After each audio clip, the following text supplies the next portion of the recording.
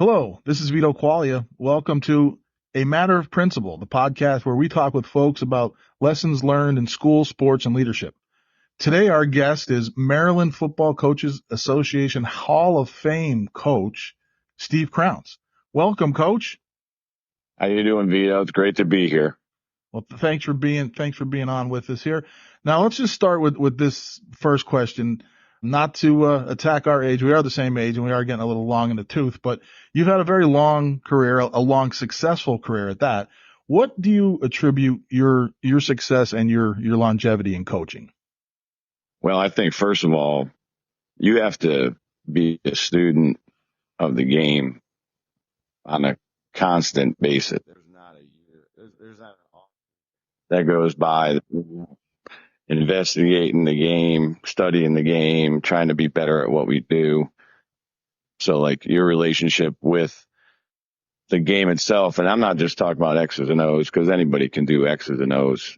I'm talking about, building relationships with the kids in the community, making sure the training program is, the optimal set of parameters for the kids and how we're going to get the most out of the kids. But I mean, coaching football is a 365-day venture. And I've been committed to that. And, luckily for me, my wife has let me be committed to that. And she's, all in and lets me do the job the way I feel I need to do it. And there's only one way I know how to do it. And if I can't do it that way, then I'd have to get out. So I've been lucky this is year 31 and my support system is great.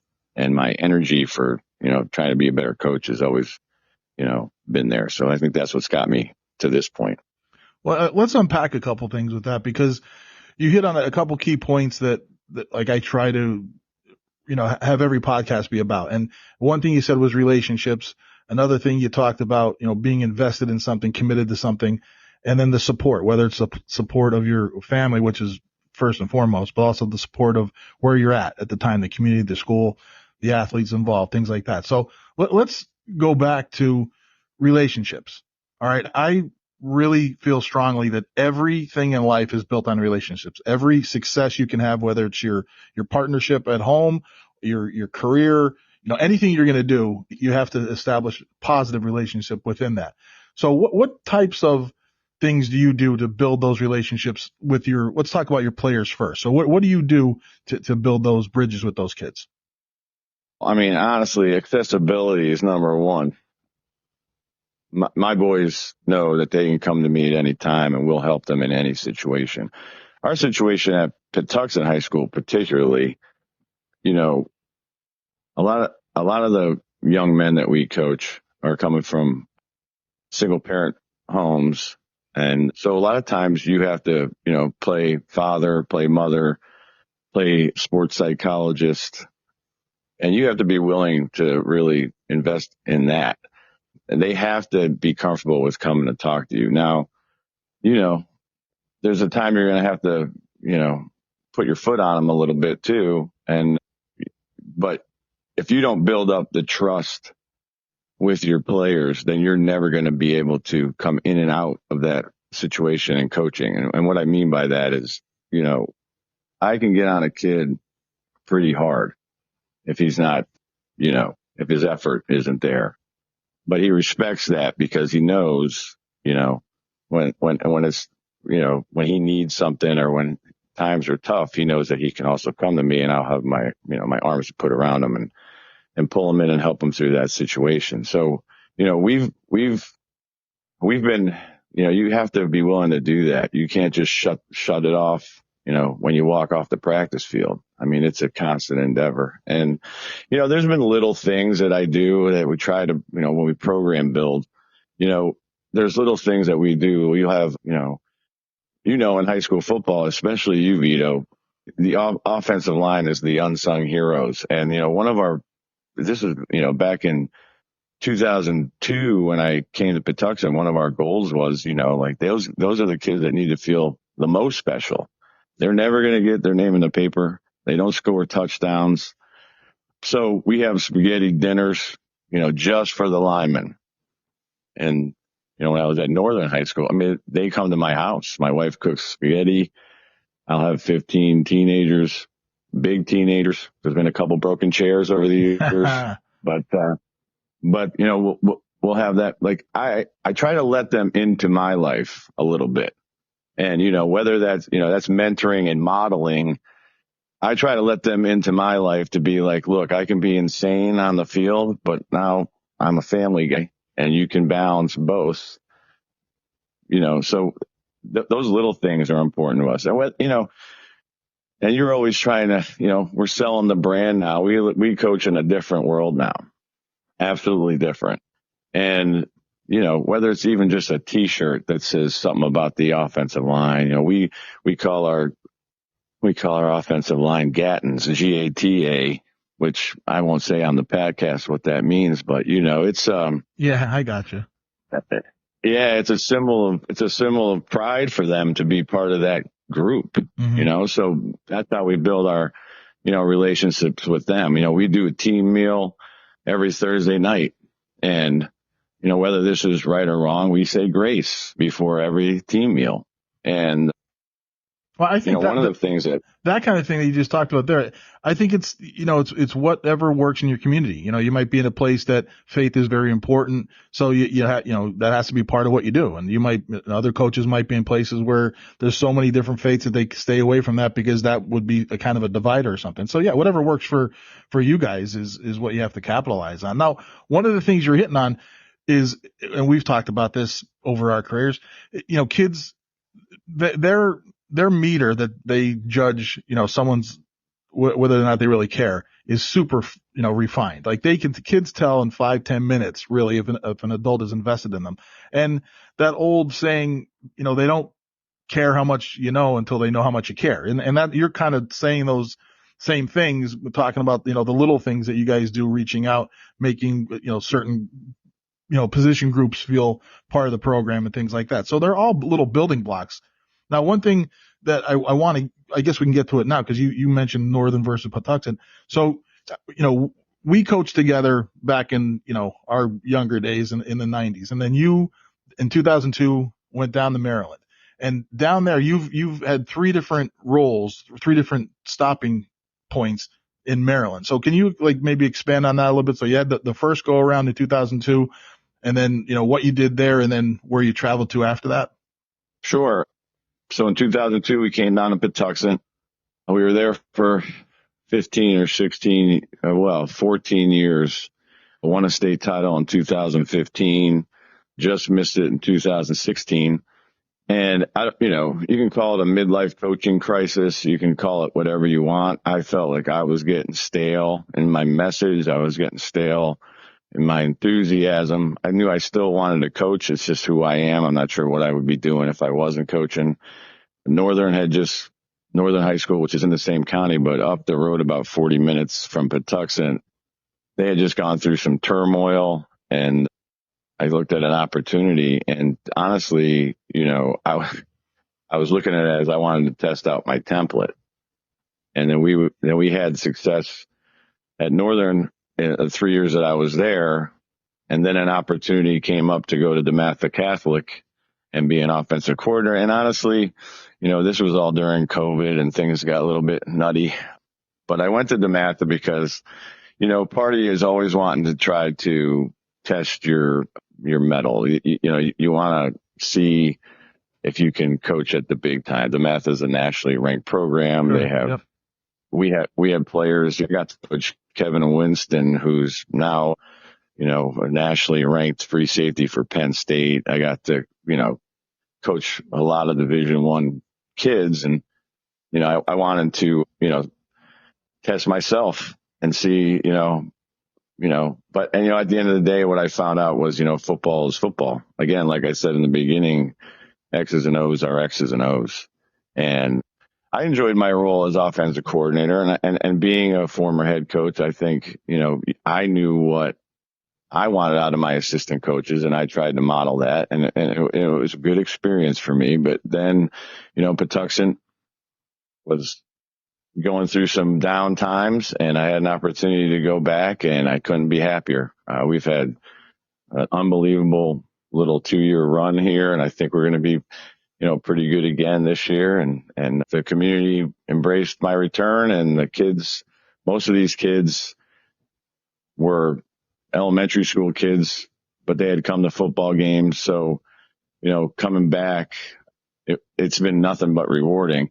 And I'll tell you, I think all of it has made me a better coach. I mean, even going back to our days together, Vito, at Delaware Valley, I mean, what we went through there. I mean, we were teaching kids how to put their girdles on. Yep. Yeah. And, we were good X's and O's guys. I think it was kind of like we didn't know what we didn't know. And part of me sometimes, and I've said this to you before, sometimes I like to get the gang back together and see what we could do together. Well, I think it was now because and that's a question I have for you. So we've been, when we were in those lean years, for anyone who's listening who doesn't really know us, we were at a school that really just started high school football a couple years before we got there. So you had to build everything from the ground up. So you've been in a place like that, and then you've played for 3 state titles, and and you were coaching on a nationally acclaimed program at the Mathis. So what are the differences and similarities between programs at the highest level and the championship winning programs and the ones just starting?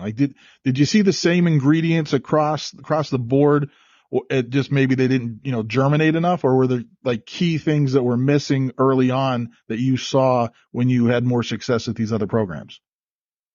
Well, I think that honestly, and you may not agree with me, but there's certain pockets of communities that are just always going to be good at football. No, I definitely, there's definitely. It resonates with their families. You know what I mean? It resonates tradition with their community. Yep. Right. I mean, so when we were at Delaware Valley, we had nothing. We had no tradition. Yep. We didn't even have a youth program. Yep. So honestly, we were plucking kids out of the hallways to play. I mean, we had kids missing practice to go to Halloween, and Yep. I mean, we had all kinds of craziness. Mm-hmm. So building a program, we had nothing. We had no backdrop at all. Now it started to build, and now Keith, obviously, I mean, he's got a program of tradition now. I mean, those guys, they're it's a machine, an elite program. Well, they're an elite program, and it was. Can that kind of stuff happen? It's happening in places. I mean, you talk about DV, you talk about Southern, you talk about what you're doing down in Maryland. But are there places in 2024? Do school districts, do communities have the patience to let a program build and start to have its own tradition, or do you think people would be like, if you're not winning in 2-3 years, you're out of here? Because all those things take time, right? I mean, you can't have dads and uncles and grandpas play and have that tradition when they're talking, sitting on the couch, unless 20 years go by. Or do you think people still would let things ride, or do you think people don't have the stomach to wait anymore? Well, I think at the higher levels, like collegiately, obviously, that's absolutely true. Yeah. That's just what it is. But let me say 2 things about what you just said. Number one, and I've given this advice to my oldest son. If you go to a place that doesn't have a principal who is on board and an athletic director who is all in, you are not going to be successful. Exactly. Yep. You can be the greatest of all time, but you're only going to get so far based on your talent as a coach and your vision if you don't have those guys at the higher levels really pushing it. And at Patuxent, I mean, my former defensive coordinator is my principal. Oh, there you go. My brother-in-law from Western PA is my AD. I mean, these guys are all in, so, but if you go to a place, and I've seen it around here, places that have talent, but they just don't have the buy-in and the day-to-day nonsense that they have to go through as a coach. And I'm talking about the little things. Yep. The day-to-day stuff is it's going to wear a coach out, and then they're going to start losing their enthusiasm and their edge. And so, I mean, I think the principal AD and assistant principals and guidance counselors, that's all, part of it. I think the other thing too, for young head coaches who might be listening or anyone out there is, you have to be committed to your vision. If it's not looking like you want it to look, then you have to slam on the brakes, and you have to make sure that you're doing things the right way. And sometimes they're painful. Sometimes it's painful because you have an affinity for a child, great kid, he's not getting it done, and you have to make a change from a personnel standpoint, or, the way practice is set up. You have to make a change. We can't, practice plans that I use today look nothing like they did in 1995. Sure. Yep. Different world. And even in the way I train quarterbacks or the way we train linebackers or O-line looks nothing like it. But if you're not willing to make those adjustments, and this goes back to what we said before about being a student, you'll be constantly being a student. So when you have a vision for what, and look, that's what you and I did back in the day. I mean, we looked at guys like Nicky Donato and Dip Donato and Jack Henzis and George Curry. And you looked, I mean, I don't know. We used to take a pilgrimage, Vito. We used to go to the state championships every day, every week, every year. Yep. And that was part of our education process. It's much harder to make the state championship game in Pennsylvania. So we were going down there on those pilgrimages, and we're watching what other teams looked like. Berwick, CB West, Mount Carmel, Southern Columbia. Yeah, and then what could we feel? How could we mimic that and build? Yeah, absolutely. Right. We wanted to emulate. So this is what a state championship program looks like. How do we get to that? And, some of it's, how they say it's Jimmy's and Joe's, right? Mm-hmm. You have to have players. There's no doubt about it. But you have to have a vision for what you want the outcome to look like. And then you have to be committed to making those hard choices along the way. And I think that's something, that I've learned over the years. Well, and you have to have, when you talked about buy-in, there has to be that, it has to be everybody. You can't have, you mentioned administration. So your principal and your AD naturally, boom, your family, the student athletes you're working with, the community as a whole. So, and I think even if one of those pieces is missing, the whole thing can collapse. You know what I mean? So it's almost like lightning in a bottle a little bit, where you have to have so many different components all pushing in the same direction. Now, one of the things that you talked about, making the tough choices, dealing with players and things like that, certain decisions you have to make when you're the head guy. What do you think works for you in holding kids accountable, holding your student athletes accountable, but yet still creating a culture where they can thrive? Because there has to be a balance there, right? Because if you're too much of a taskmaster, people aren't going to show up, but if you're too easy on them, are you really going to push them to be great? So what do you do to kind of have that balance? Well, we do a lot of goal setting. This might be a long answer that I get off on a tangent on, but that's all right. We go to team camp every summer. So it's 3 days. We go to Shepherd University in West Virginia. The night before, so we go up Thursday night and we have a team meeting, and we set the stage, let's say. One of the things that we did highlight hero and heartbreak.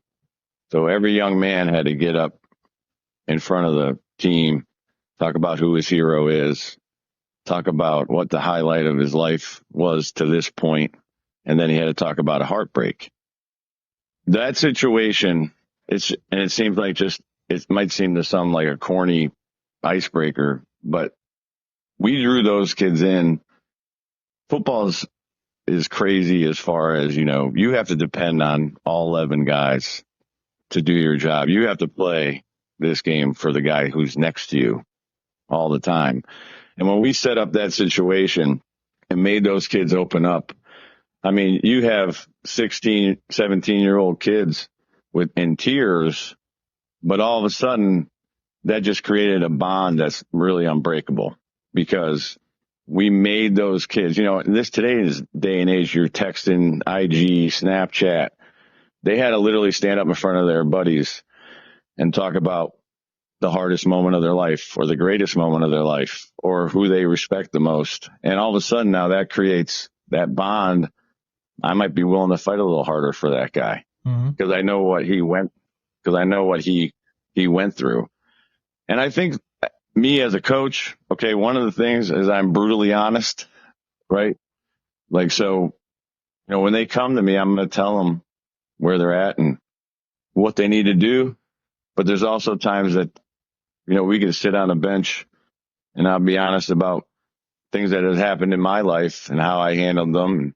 And, some guys wouldn't be comfortable opening up like that. But I think that's just part of what works for me and the formula that, that we use. Like, so they see both sides of me, so they know what's expected, right? They can anticipate Coach Crounse is going to go off here because we're not doing what we're supposed to do, or, Well, I think Coach. the fact I'm glad you went in that direction, because that's kind of the essence of what I want to do with this podcast. I mean, we're sitting here talking football. And for people who are listening and don't understand football, they're probably bored out of their minds, but you went right where I wanted to go with the leadership stuff, because I mean, there's a book out there called, Daring Greatly.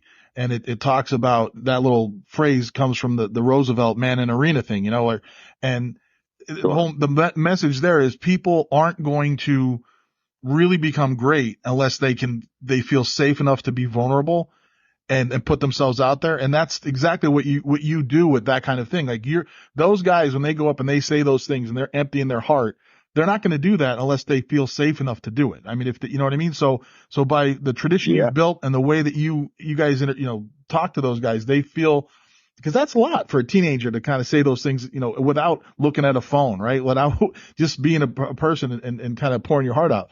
And that is the essence of success and leadership and relationships, because once people feel, hey, if I could try something different, and if I mess up, I'm going to be told about it, but I know the next thing is, all right, attaboy, let's get at him again. You know what I mean? So, and that transcends business, sports, anything. If people feel that if I mess up, there's going to be accountability, but there's going to be support so I can go after that next try or the next attempt, whatever it is. And you have to take that time to build all that stuff in the back end, all the relationship building, all the table setting, the goal setting. And I just think that's when you talked about being true to your vision. Whatever you lead, if you lead a football program, if you lead a bank, if you lead a classroom, you have to sit down and say, what do I want to do? How am I going to get there? And what pieces, do we have to have? And that's a term I'm going to use that I don't like using, non-negotiable, but are there non-negotiables with you, with your program? Like things that you have to have all the time, whether it's routine, it could be a scheduling routine of what you guys do off season versus in season, or something that you do on a daily basis that you have to do every day to make sure that you're in your right mindset. Like, do you have any non-negotiables in your life, Coach?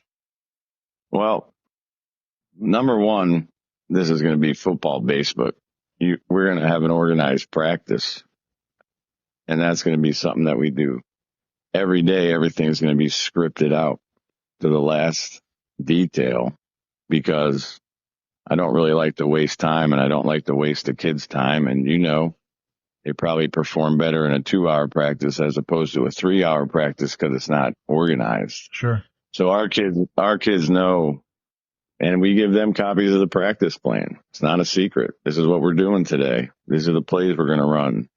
This is what we want as the end result. I think the team camp component is a non-negotiable for our program.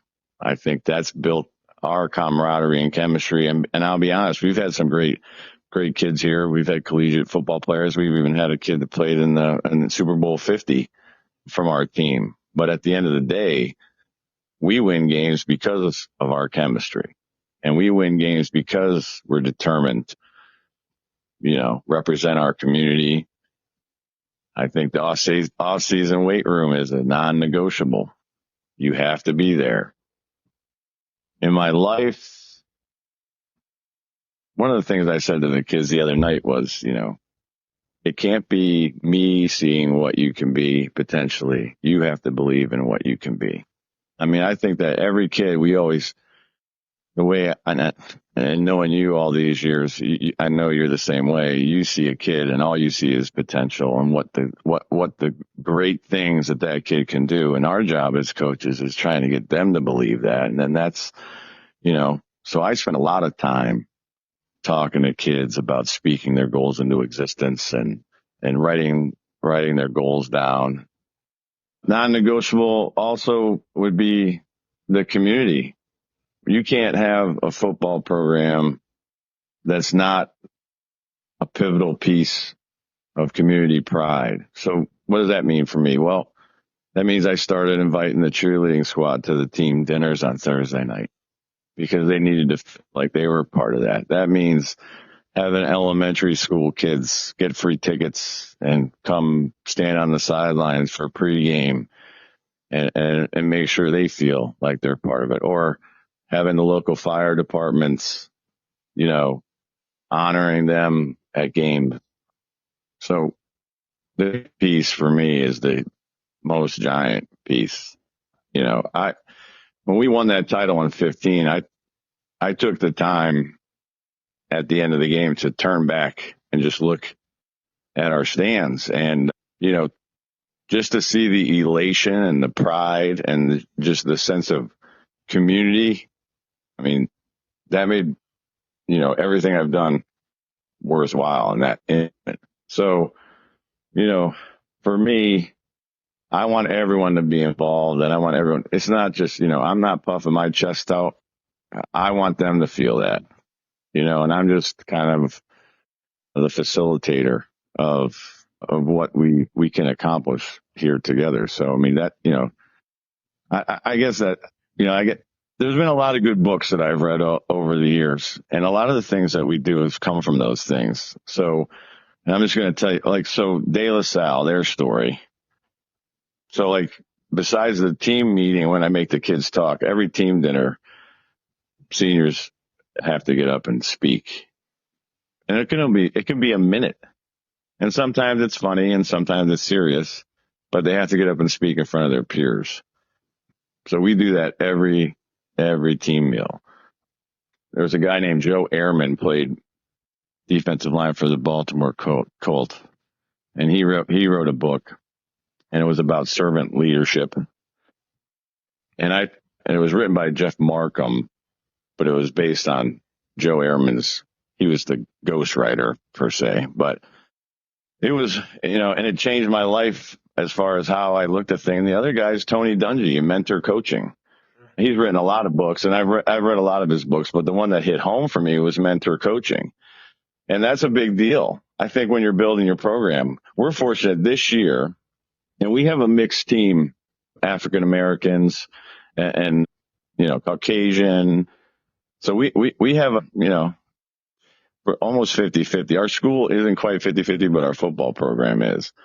And so I have two young African-American coaches, one that played for me and one that played against me, and they both played college football. And my son Tyler's 28 years old, and I have another boy, Austin Heimbaugh, who played at Lock Haven offensive line, who's my O-line coach, who's 28 years old. And it's important for me to mentor them because at some point, you know, I'm going to retire to the lake, and I want this to keep going. And it's important for me as a coach. I'm not just coaching my kids. I'm also mentoring my coaches. I'm trying to give them ownership. And it's hard, Vito, because, you know, people are different today. You know, you get a lot of teachers that they show up at 7 and leave at 2:40, and they're not coaching. They're not getting involved. When we started, I was coaching 3 sports. I was coaching assistant football with you. I was doing middle school wrestling. I did baseball in the spring. Like that's what we did. It's hard to find those young coaches that are going to just find that level of sacrifice. As soon as things get uncomfortable, we tend to bail and find other things to do that make us comfortable. And I've always liked living in the uncomfortable. You know, I've always, that's what makes me thrive, I guess. Well, I think that's at the heart of competition, right? I mean, you know, competition is difficult. Preparing to compete is difficult. And then you're in a contest, whatever it is, what kind of game or a wrestling match, whatever it is, that's a challenge. And then when you fight through and you work through it, at the end, it's either success or defeat.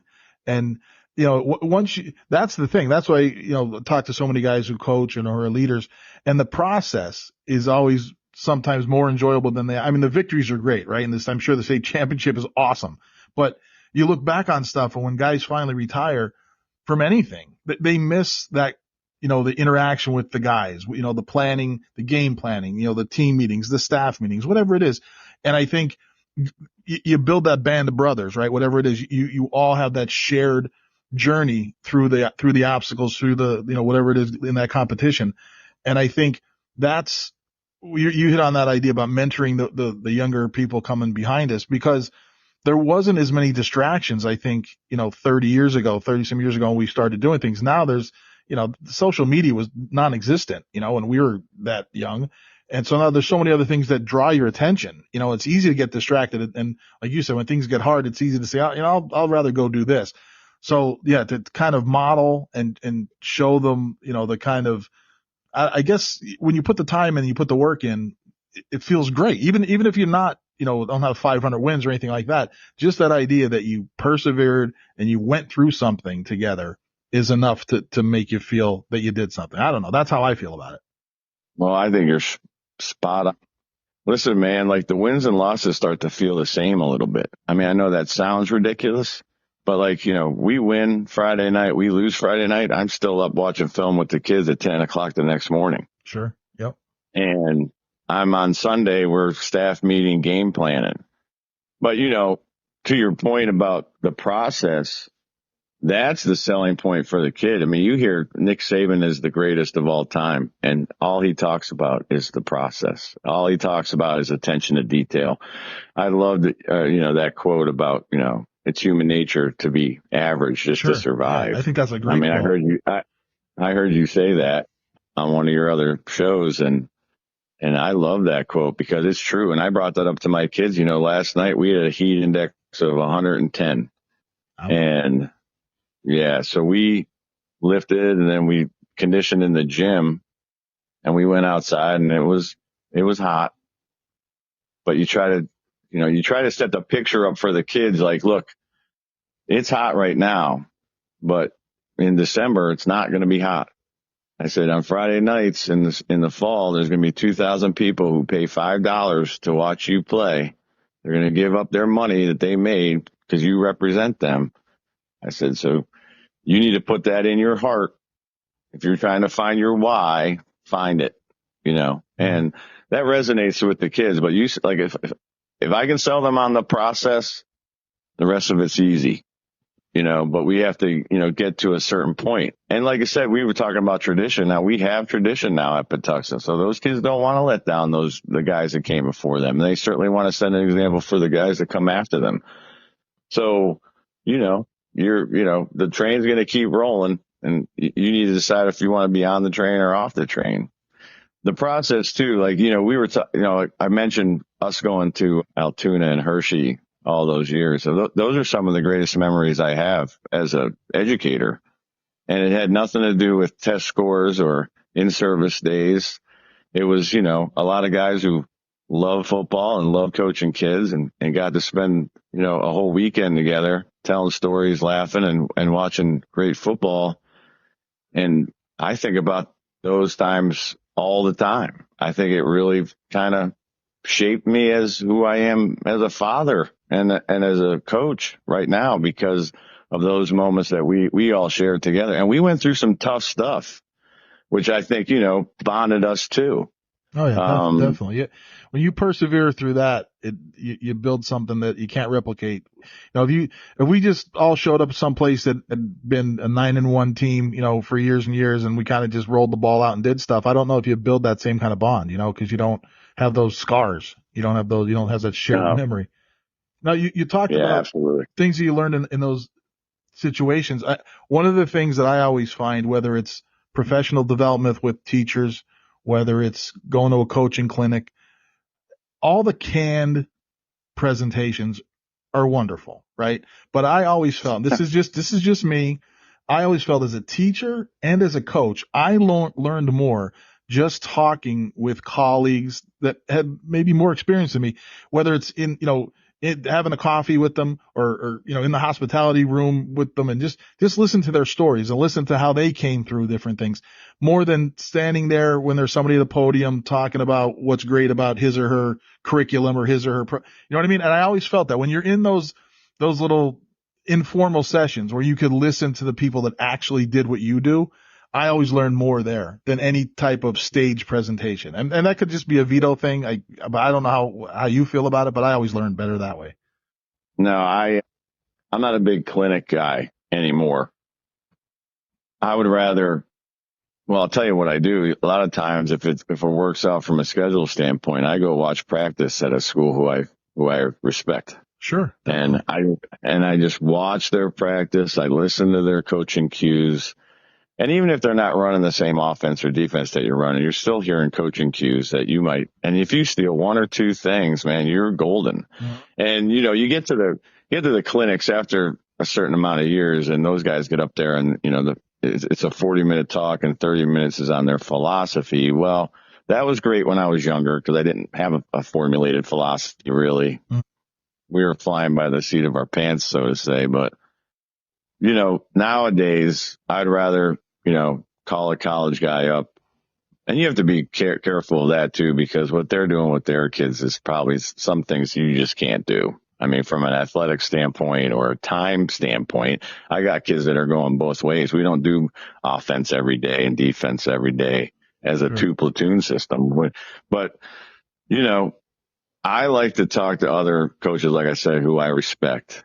And it can be anything. It could be weight room. It could be team building. It can be anything. But, I agree. The best things that I've gotten, the best nuggets, let's say, that I've gotten over the years have come on a napkin sitting at the restaurant, or, meeting back in the hotel room and sitting down with guys and asking them how they get things done. And I think that you have to be willing, and you have to be humble enough to accept that we all have a different approach. At the end of the day, we're all trying to get to the same place, and you might be able to find something that's going to just be absolutely perfect for your kids and developing them. Definitely. Now, talking about, people that came before us and maybe impacted the people that we became now, looking back when you were in school, was there a teacher that made a big impact on you, like K to 12, like back in your school days? Anybody that stands out that maybe you could look at and say, man, he or she had a big influence on you growing up? Well, sure. I mean, first of all, my father, John Crounse, who taught at Mountain View, and then he taught with us out of Delaware Valley for a little bit. But he was a boys volleyball coach and boys basketball coach for all those years. And I, luckily for me, he was the guy that, brought his son to practice all the time. So it wasn't football, but I watched how he interacted with the kids. And he's one of those guys that honestly, it was a little bit aggravating, but there was never a bad kid in any of his classes. Sure, right? Never. Yep. You know what I mean? Like, so every kid that he ever coached or taught, he saw the positives. And I really took that to heart. And he was a phenomenal teacher. He loved the profession. He loved making a difference in kids' lives. And I think he had a huge impact for me. The next one's going to be a little bit strange. My sister's going to laugh. I had a 10th grade honors English teacher named Miss Ziegenfuss. And she has since passed on. But at the time, I wasn't very fond of her. But she pushed me so hard that I carried how to write papers. It got me through college based on a 10th grade English class, and how to write papers and how to, be analytical and the process of that. And, looking back now as a 54-year-old guy, I mean, she made the biggest impact on me because of what I took out of that class. It was hard when I was in it, but what I took away from that, I've used my entire life. And, you always hear kids, when am I going to use this? Yep. That woman, honest to God, I mean, she got me through high school and college, and she was unbelievable. And then one of the administrators that we had at Abington Heights, Bob Bugno, he was an athlete at West Side, and I had him, and he saw the potential in me, and he was the guy willing to, when he thought I was swaying from the path, so to say. He was the guy that put his arm around me, pulled me in his office, and he was never accusatory. But looking back on it now, I'm like, man, that guy knew what was going on and where I was headed, and he would always pull me back. And honestly, saved my life. And so those are three from a teacher, a teacher parent and an administrator. I was lucky to have those people in my life and wouldn't be where I am today if I didn't have them. If you could go back in time and give advice to 12-year-old little Stevie Crounse back in the day, what advice would you give him? Don't waste any time. You look back on your life and there's times that I could have been, out hitting the ball off the tee or running a couple more sprints or just finding something a little more productive to shape yourself. It's hard for a 12-year-old, 13-year-old kid, but, you don't want to let any opportunities float by you. And I would tell them to, make sure that you take some extra time to work on the things that you love to do to become, the person that you potentially could be. Now, one of the things what we do at the end is we just do like a little rapid fire. Just ask you a question. Don't think about it. Just tell me what it is. So I'm going to give you about 4 or 5 of these little quick questions that are just, I might be taking a left turn here or there, and you open the door with one. So I'm going to ask you this. What's the last book that you read? The last book I read was the De La Salle book. It's kind of a reread. I kind of reread that one. And then the Markham just came out with a new book on servant leadership. So I read that one too. What's your favorite sports team? New York Yankees. You're down in Maryland, so you're close to, getting the places that there's water around you. But what's your favorite place to travel to? Like when you want downtime, with the family, where do you guys go? Do you have a favorite place you travel to? Heart Lake and outside of Montrose, PA. That's where you catch all the bass, right? Yes, right. That's my slice of heaven up there, babe. What's your favorite food? And it can't be crabs because you live in Maryland. It's got to be something different. Well, it's actually not crabs. I'm a little bit of an outcast here because of that, but I like lasagna. Like mom's lasagna from back in the day, or grandma's lasagna, or lasagna from a restaurant? Like, does it have to be homemade lasagna? No, homemade lasagna. Absolutely. Homemade lasagna. Yeah. What about, is there something that you're curious about now that, not football related, not sports related, anything that, because, back in the day we would talk about everything under the sun, we'd go off on tangents and stuff, but anything going on right now that you're interested in, that you're reading up on, anything like that?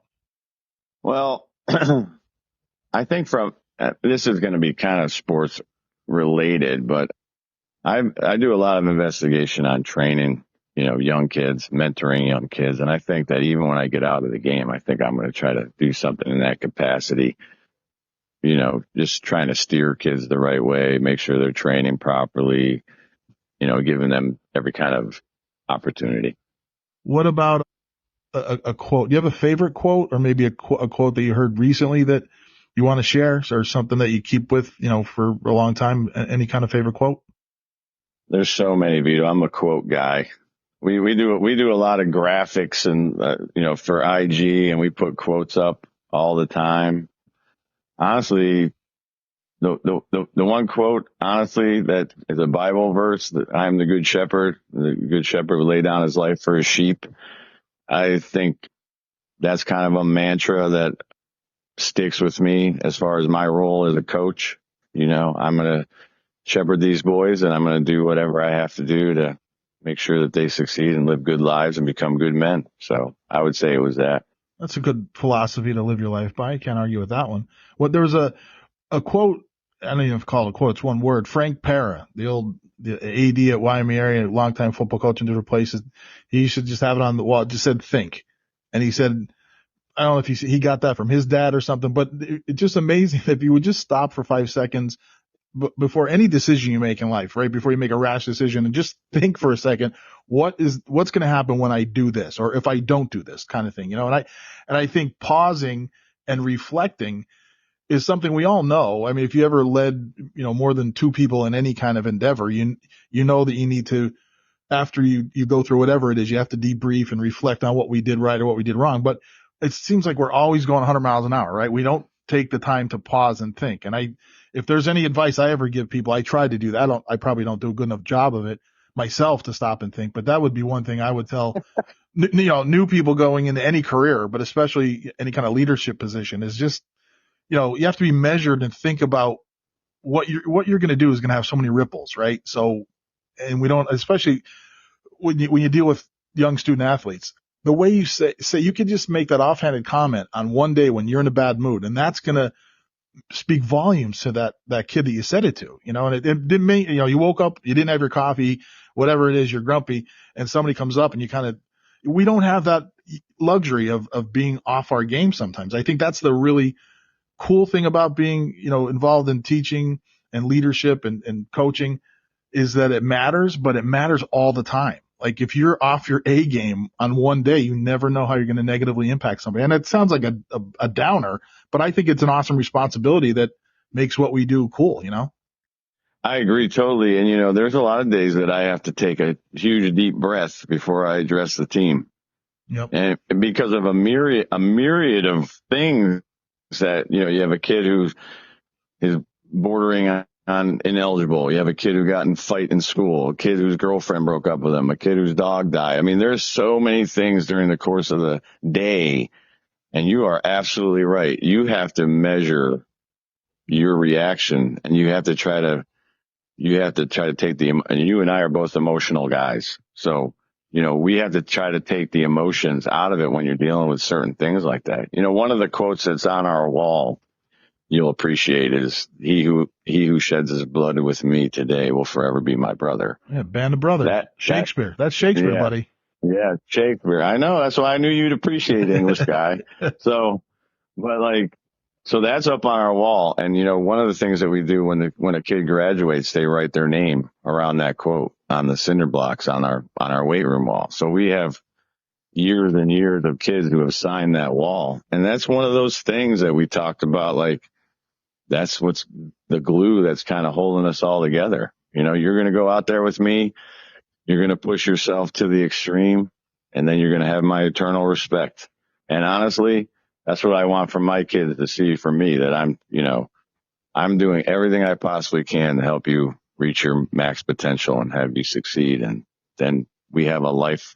The best part of coaching is when my kids come back and either want to help us coach or just want to sit down and tell stories, and they don't remember all the games, but they remember, going through hard conditioning practices, or the time Coach Crounse went crazy, or, eating dinner at my house, or, all of those things. And I mean, that's our mission, is to do that. I mean, trying to build these kids into young men, and we need to give them the tool for that.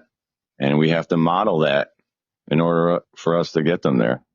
Now, we're coming to the end here. Now, I'm definitely going to say I want to have you back on, because there's so many things we didn't touch about. I mean, we've been friends for over 30 years, and there's so many things I know about you that I think would be great for storytelling. I mean, not to mention that, your athletic career itself, and really a guy who's so successful in football, but really you were more of a baseball guy growing up, and that might have been your path, if certain things worked out a certain way there. And, then your wife, and, sure, her athletic success, both as a player and a coach, and then your kids themselves. And so there's a whole bunch of stuff we could talk about and unpack those things, like how to manage not only, it's one thing when you are good at something, but then when you have other people in your family now, there's that balance of pushing them, being a coach and being a dad, or being a coach and being a mom, what I mean? So there's so many different things. I'm sure you had the minefields of, navigating over the years, and dinners where, people didn't talk to each other and things like that. So that would be, I think, some funny stories if we could,